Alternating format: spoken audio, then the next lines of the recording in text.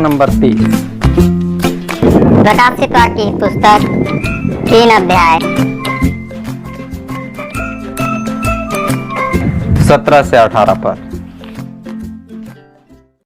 हमारा आज का विषय है मनुष्य की हालत। प्रभु यीशु मसीह के नाम में आप सबों को जय मसीह की। once again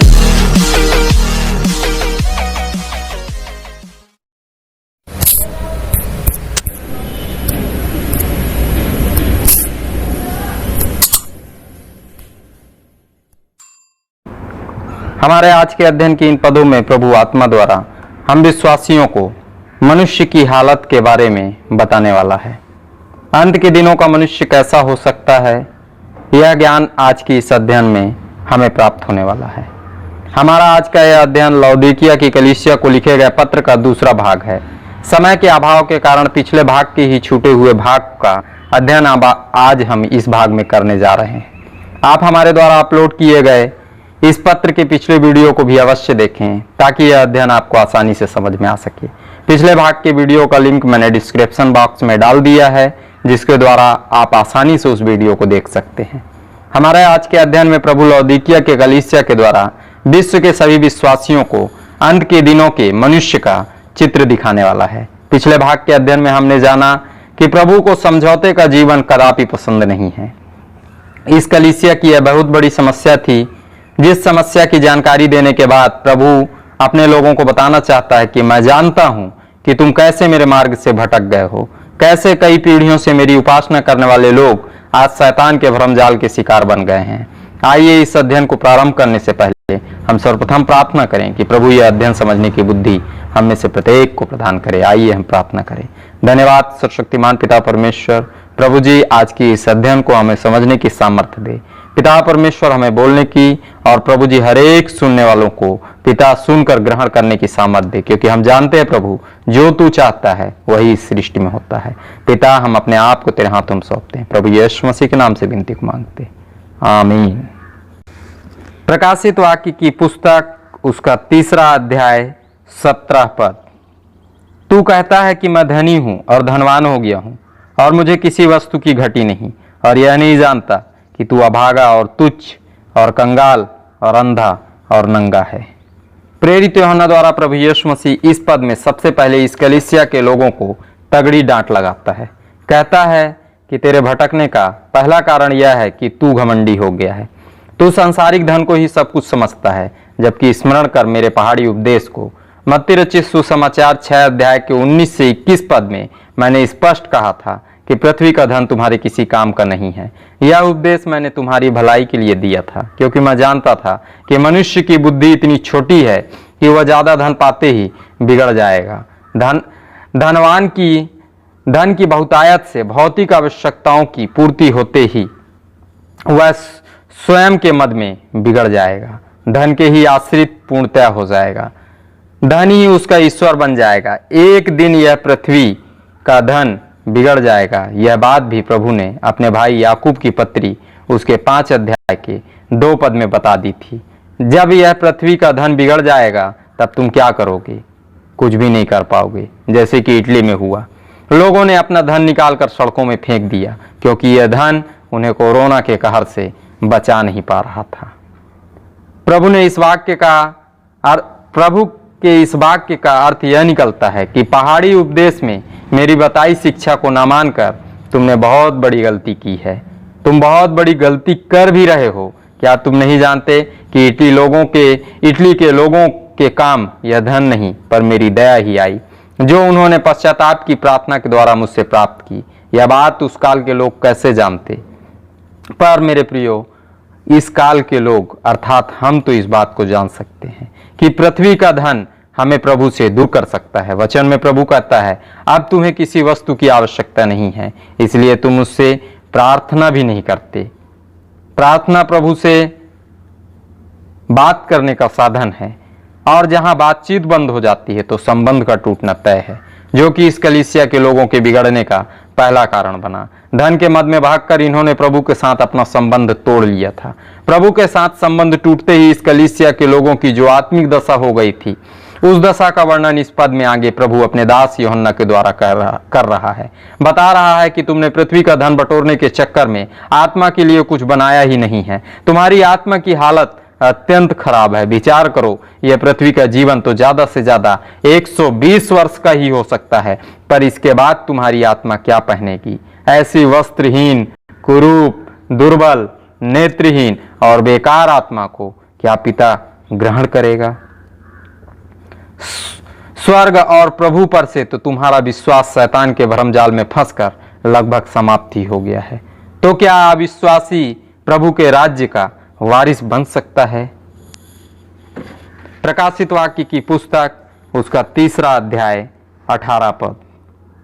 इसलिए मैं तुझे सम्मति देता हूं कि आग में ताया हुआ सोना मुझसे मोल ले ले कि तू धनी हो जाए, और श्वेत वस्त्र ले ले कि पहनकर तुझे अपने नंगेपन की लज्जा ना हो, और अपनी आंखों में लगाने के लिए सूरमा ले कि तू देखने लगे। प्रेरित यूहन्ना द्वारा प्रभु यीशु मसीह प्रकाशित वाक्य की पुस्तक 3 अध्याय के 17 पद में इस कलीसिया के लोगों को झिझकोड़ने के बाद अब इस पद में उनकी हालत को सुधारने का उपाय बताना प्रारंभ करता है। प्रभु सम्मति देता है, मानो कह रहा है कि अंत के दिनों के मनुष्यों की भी हालत कुछ तुम्हारे जैसे ही होने वाली है। इसलिए यह प्रकाशन मैं अंत के दिनों में भी अपने दासों के द्वारा तुम्हारी कलीसिया के माध्यम से पुनः लोगों को पढ़ाऊंगा, ताकि उन दिनों के भी लोग अपनी हालत को सुधार कर अपनी आत्माओं को बचा सकें।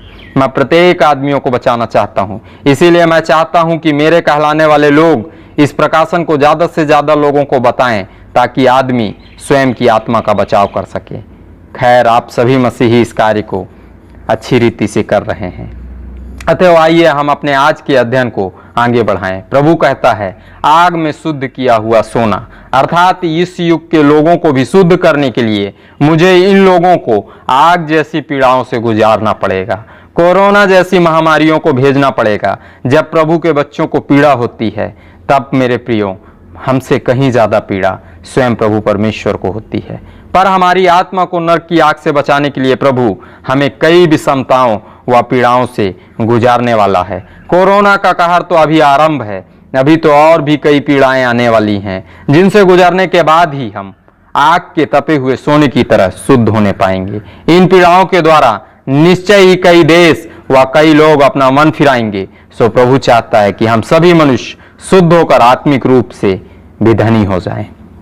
फिर दूसरे वाक्य में प्रभु कहता है, श्वेत वस्त्र ले ले, अर्थात प्रकाशित वाक्य की पुस्तक उसके 7 अध्याय के 14 पद के अनुसार वह वस्त्र जो प्रभु यीशु मसीह के लहू से धोकर साफ किया गया है। अर्थात जब एक विश्वासी पवित्रता और धार्मिकता का जीवन जीता है, संसार की बुराइयों से प्रभावित हुए बिना पवित्र आत्मा के साथ वचनानुसार निरंतर अध्यात्म के जीवन में अपना समय गुजारता है, तभी उस विश्वासी के आत्मा का वस्त्र प्रभु यीशु मसीह के लहू से धुलता है, और यह साफ वस्त्र श्वेत वस्त्र की नाई सदैव चमकदार व सुरक्षित बना रहता है। प्रभु इस वाक्य में कहता है कि तुम अपनी आत्मा को यह वस्त्र पहनाओ, ताकि परमेश्वर पिता इस वस्त्र को देखकर तुम्हारी आत्मा को स्वर्गीय राज्य में प्रवेश करने दे।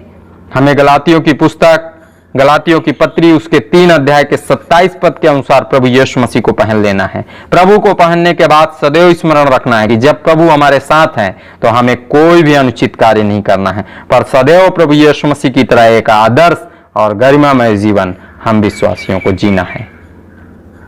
तीसरे वाक्य में प्रभु कहता है, आंखों में लगाने के लिए सूरमा ले ले, अर्थात इस नगर के लोगों की मान्यता थी कि यदि हमारी आंखों में कोई पीड़ा होगी, हमें यदि कम दिखाई देगा, तो जो सूरमा ज्वालामुखी के लावे से बनाया गया है, उस सूरमा को लगाकर हमारी आंखें सही हो जाएंगी, हमें पुनः बराबर से दिखाई देने लगेगा। सो इस उदाहरण के द्वारा प्रभु लौदीकिया के लोगों को समझा रहा है कि शैतान के भरमजाल में फंसकर तुम्हें अनंत जीवन व अनंत मृत्यु नजर नहीं आ रहा है। सो मुझसे वो चंगाई ले लो, ताकि तुम्हें वे आत्मिक ठिकाने नजर आने लगे। तब तुम सभी जानने पाओगे कि शैतान की सहभागिता रखने वाले लोग किस ठिकाने में जा रहे हैं। तब तुम उन शैतानिक कार्य व बातों का त्याग करके मेरे मार्ग में चलोगे, जहां से तुम्हारी आत्मा स्वर्ग की ओर पहुंच सकेगी। जब तेरी आंखों में स्पष्ट नजर आएगा, तब तू वचनों का तेजी से अध्ययन करेगा और तेज गति के साथ स्वर्ग के करीब पहुंचने पाएगा। पिछले पद में प्रभु यीशु मसीह मनुष्य की हालत बताने के बाद इस पद में उसकी हालत को सुधारने का उपाय भी बताता है। मेरे प्रियो, जो प्रभु होता है वह कभी भी अपने भक्तों को अंधकार की तराई में नहीं छोड़ता, पर अंधकार से निकालने का उपाय भी बताता है, जो उपाय इस कलीसिया के द्वारा प्रभु ने हम प्रत्येक अंत के दिनों में पाए जाने वाले मनुष्यों को बताया। अब हमें प्रभु के द्वारा बताए गए उपायों के अनुसार स्वयं का बदलाव करना है ताकि हमारी हालत सुधर जाए।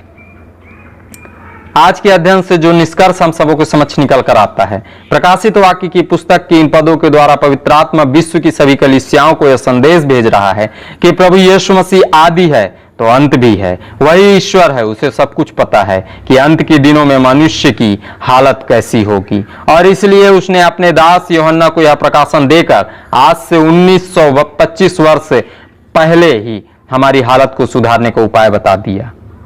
मत्ती रचित सुसमाचार उसके 24 अध्याय के 12 पद में भी उसने भविष्यवाणी की थी, अधर्म के बढ़ने से बहुतों का प्रेम ठंडा हो जाएगा।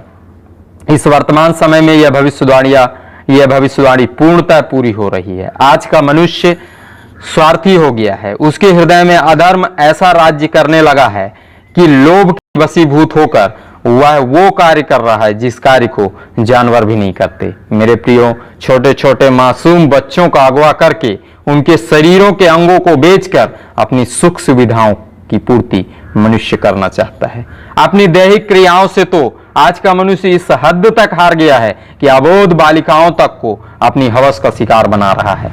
किसी भी भोज्य सामग्री में अपने स्वयं के लाभ की पूर्ति के लिए आज का मनुष्य जहर मिलाने से भी नहीं चूकता। छोटे से मनमुटाव में भी किसी की जान ले लेना आज के मनुष्य के लिए मानो अत्यंत सरल बात हो गई है। किसी भी लड़की का सौदा कर डालना आज के मनुष्य के लिए खेल खेलने के समान है।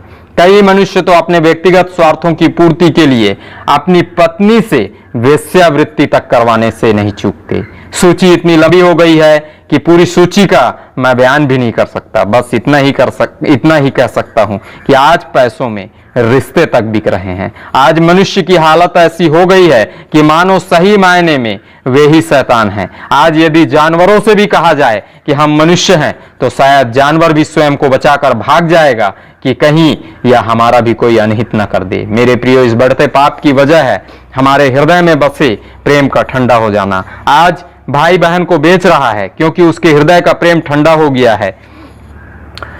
वह उसके लिए बहन ना होकर एक वस्तु बन गई है। जितने भी पापों की सूची अभी मैंने बताई है, उन सभी पापों के बढ़ने का कारण है हमारे हृदय में बसे प्रेम का ठंडा हो जाना। और यह इसलिए हुआ क्योंकि हमारे हृदय के अंदर शैतान ने निराशा रूपी हथियार से प्रहार किया है। आज का मनुष्य बढ़ती महंगाई व बेरोजगारी से हार चुका है, थक चुका है, और जैसे ही इस परिस्थिति का मनुष्य शिकार होता है, शैतान या निराशा रूपी हथियार चला देता है। इस विषय के और भी 2 वीडियो को बनाकर मैंने अपलोड किए हैं, जिनके नाम समय का बदलाव व बेरोजगारी दूर करने का उपाय है। यदि आप और भी गहराई से इस अध्ययन को समझना चाहते हैं, इस बात की जानकारी लेना चाहते हैं, तो उन वीडियोस को आप देख सकते हैं। उन वीडियोस के लिंक को भी मैंने डिस्क्रिप्शन बॉक्स में डाल दिया है।